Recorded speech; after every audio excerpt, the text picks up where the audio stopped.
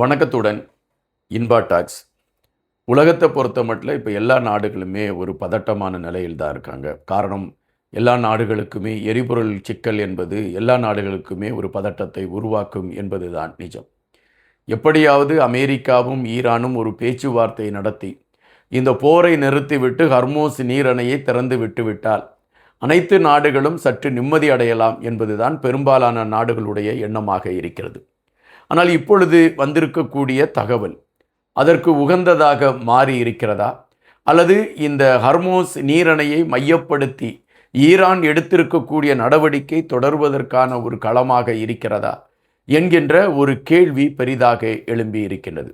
இப்பொழுது அமெரிக்கா என்ன சொல்கிறது என்பதை உன்னிப்பாக நாடுகள் கவனித்து கொண்டிருப்பதும், ஈரான் இந்த விடயத்தில் எந்தவிதமான முடிவை எடுக்கப் போகிறது என்பதை மையப்படுத்தி ஈரானுடைய செய்திகளை உள்வாங்குவதற்கு காத்திருக்கக்கூடிய ஊடகங்களும், இதன் நடுநிலைமை வகித்து பேச்சுவார்த்தைக்கு களம் அமைத்து கொண்டிருக்கக்கூடிய பாகிஸ்தான் இப்பொழுது என்ன செய்தியோடு வெளிவர இருக்கிறது என்பதை தேடி காத்திருக்கக்கூடிய மக்களும் என இந்த 3 நாடுகளை மையப்படுத்தி ஒரு பரபரப்பான தேடல் எல்லோருடைய மனதிலுமே இருக்கின்றன.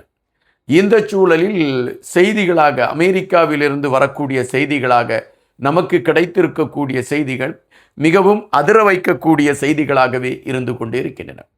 நேற்று நான் ஒரு காணொலியை பதிவிட்டிருந்தேன். அந்த காணொலியில் குறிப்பிட்டிருந்தேன், ட்ரம்ப் அவர்களுடைய மகள் இவான்கா ட்ரம்ப் அவர்களை கொலை செய்வதற்கான திட்டமிடுதலோடு ஹிஸ்புல்லா அமைப்பை சார்ந்தவர்கள் அமெரிக்காவிற்குள் ஊடுருவி இருக்கிறார்கள் என்கின்ற செய்தியை FBI கண்டுபிடித்து அறிவித்திருக்கிறது என்றும், தற்பொழுது இவாங்கா ட்ரம்ப் அவர்களுக்கு பாதுகாப்பு மிக வலுப்படுத்தப்பட்டிருக்கிறது என்கின்ற செய்திகளை நான் குறிப்பிட்டிருந்தேன். தற்பொழுது ட்ரம்ப் அவர்களுடைய மகனுடைய திருமணம் நடைபெறுகிறது. அது ஜூனியர் ரொனால்ட் ட்ரம்ப் என்று குறிப்பிடுகிறார்கள் அவருடைய பெயரை. அவருக்கு திருமணம் நடைபெறுவதற்கான ஒரு களம் எடுக்கப்பட்டிருக்கிறது. இந்த திருமணத்திற்கு நெருங்கிய உறவினர்கள் மட்டும் அழைக்கப்பட்டு மிகவும் எளிமையாக இந்த திருமணம் நடத்துவதற்கான களங்கள் உருவாக்கப்பட்டிருக்கிறது என்ற செய்திகள் வருகின்றன. ஆனால் இந்த திருமணத்திற்கு உயிர் அச்சுறுத்தலின் காரணமாக ட்ரம்ப் அவர்கள் கலந்து கொள்ள மாட்டார் என்று குறிப்பிடப்படுகிறது. இதை மையப்படுத்தி ட்ரம்ப் அவர்கள் தெரிவித்திருக்கக்கூடிய விடயம் என்னவென்றால், அரசு வேலையில் எனக்கு அதிகம் இருக்கக்கூடிய காரணத்தினால் என்னுடைய மகனுடைய திருமணத்திற்கு என்னால் கலந்து கொள்ள முடியாது என்ற தகவலை ட்ரம்ப் அவர்கள் எடுத்து வைத்திருக்கிறார் என்கின்ற செய்தி வருகின்றன.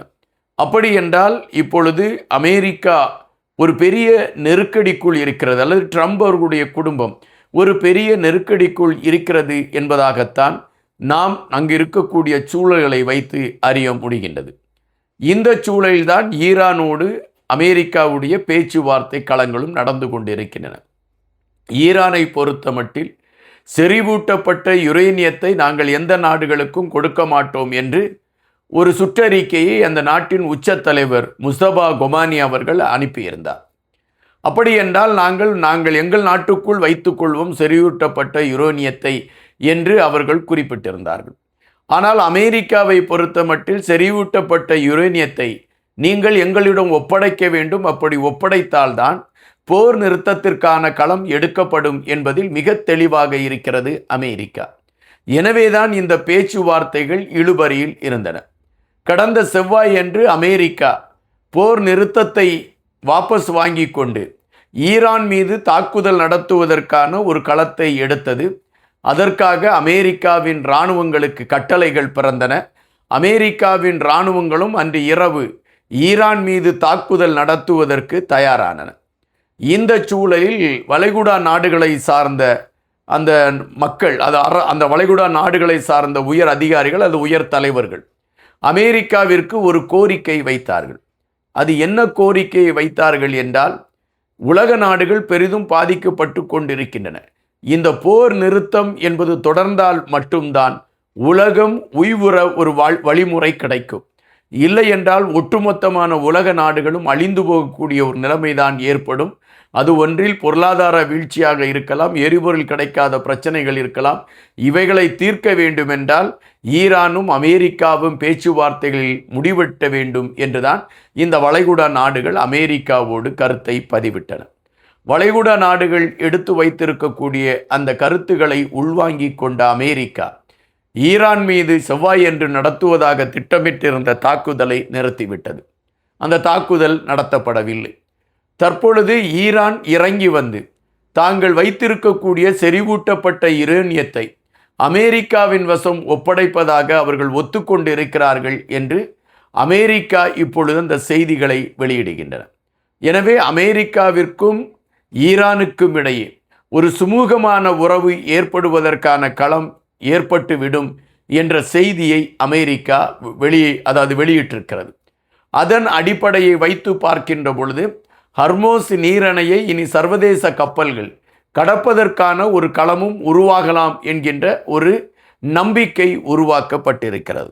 இந்த சூழலில் பாகிஸ்தானை சார்ந்த உயர் அதிகாரிகள், அதாவது ஈரானுக்கும் அமெரிக்காவிற்கும் இடையே சமரச பேச்சுவார்த்தையை கையில் எடுத்துக்கொண்டு பயணித்த நாடாக இருக்கக்கூடியது பாகிஸ்தான். முதலில் பாகிஸ்தானை எல்லோரும் எள்ளிதான் நகையாடினார்கள். எப்படி அமெரிக்காவிற்கும் ஈரானுக்கும் இடையே பேச்சுவார்த்தை நடத்துவதற்கு பாகிஸ்தான் ஒரு சிறந்த நாடு என்று தேர்ந்தெடுக்கப்பட்டது என்கின்ற ஒரு எள்ளி நகையாடல் தான் இருந்தன.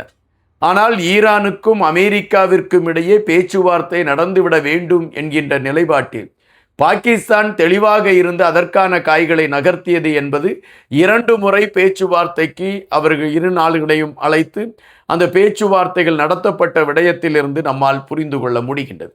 ஆனால் அந்த பேச்சுவார்த்தை தோல்வியை சந்தித்து விட்டன. இப்பொழுது 3வது முறையாக பாகிஸ்தான் இந்த விடயத்தில் மிக தீவிர கவனம் எடுத்து பேச்சுவார்த்தைக்கான களங்களை எடுத்திருக்கிறது என்றும் அதன் அடிப்படையில் ஈரான் அந்த செறிவூட்டப்பட்ட யுரேனியத்தை கொடுப்பதற்கு ஒத்துக்கொண்டிருக்கிறது என்கின்ற செய்தியை பாகிஸ்தான் சார்பிலும் உறுதிப்படுத்தப்பட்டிருக்கிறது. அப்படி என்றால் அமெரிக்காவிற்கும் ஈரானுக்கும் இடையே ஒரு சமாதானமான போக்கு ஆரம்பிப்பதற்கான ஒரு களம் உருவாகிவிடும் என்ற நம்பிக்கை இருக்கின்றன. அப்படி சமாதான போக்கு ஆரம்பிக்கப்பட்டு விட்டால் இந்த போர் என்கின்ற நிலைப்பாடு இல்லாத ஒரு சூழல் ஏற்பட்டுவிடும்.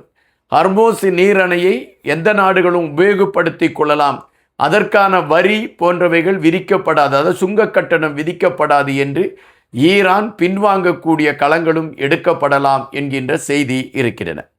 அப்படிப்பட்ட சூழல் வருகின்ற பொழுது எரிவாயு பிரச்சனை ஒட்டுமொத்தமாக தீர்வதற்கான ஒரு வாய்ப்பாக இருக்கிறது என்பதையும் நாம் இங்கு பார்க்க வேண்டியிருக்கின்றன. தற்பொழுது கிடைத்திருக்கக்கூடிய செய்திகளின் மூலம் அல்லது அமெரிக்கா தெரிவித்திருக்கக்கூடிய செய்திகளின் அடிப்படையை வைத்து பார்க்கின்ற பொழுது ஈரான் இந்த போர் நிறுத்தத்திற்கு ஒத்துக்கொண்டு விட்டதாகவும் அமெரிக்காவும் அதை ஏற்றுக்கொண்டு விட்டதாகவும் தான் தகவல்கள் வருகின்றன. ஒருவேளை இன்னும் 2-3 நாட்களுக்குள் இந்த பிரச்சனை தீர்க்கப்பட்டு ஹர்மோஸ் நீரணை திறப்பதற்கான ஒரு வாய்ப்பு அமையலாம் என்கின்ற நம்பிக்கையை பாகிஸ்தான் தெரிவித்திருக்கிறது. காத்திருந்து பார்ப்போம் என்ன நடக்கிறது என்று. நன்றியுடன் இன்பா.